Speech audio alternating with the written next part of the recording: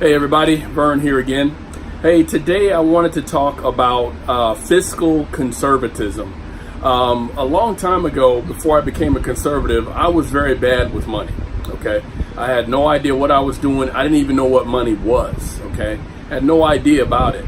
All I knew is I didn't make enough of it, and as soon as I would get it in my hands, it'd be gone. My credit was bad, everything was pretty screwed up. But what got me on the right track was first conservatism, and then I learned more about fiscal conservatism. And the more I learned about it, the more I realized that that's the way that you want to go if you want to increase your finances and increase your credit, all these other things that can make your life a lot better and a heck of a lot easier. If our governments practiced fiscal conservatism, no one would have ever dreamt to create something like a central bank where we run up debt, run up deficits, never pay it back, and then our system becomes dependent upon it. Like right now, for example, the Federal Reserve is in a trap because they can't raise the interest rates any higher without crashing the system because there's too much debt. So they need to lower those interest rates, which will help create more currency and help bring about an ease to the economic system, but it'll destroy the currency involved. Well, in another video, I talked about Ludwig von Mises, who basically explained that the only thing that happens at the end of a credit expansion is one or two things. Either you destroy the system by raising the rates, or you destroy the currency by lowering the rates. But on a personal note, fiscal conservatism helps you to understand money. You got to go back and study monetary history. You got to go back and I recommend Mike Maloney's video series, The Hidden Secrets of Money. Watch that series and you'll get a nice primer of monetary history. And then there's other books you can read. You can get back into history and see how things go.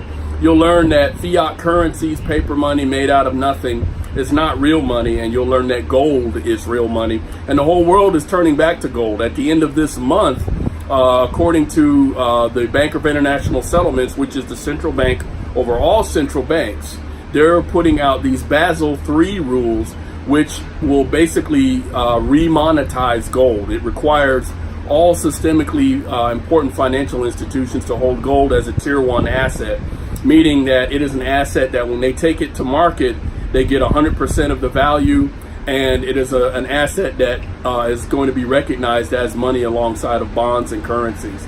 So that's where everything is headed. It's a cycle, and you'll learn that countries usually start off with good money, and then they start to practice not fiscal conservatism. They start out with gold, then they want to do wars and public works and social welfare programs, and they bankrupt themselves with fake currency, and then they end up in hyperinflations, and then they go right back to gold. That's where we're headed right now.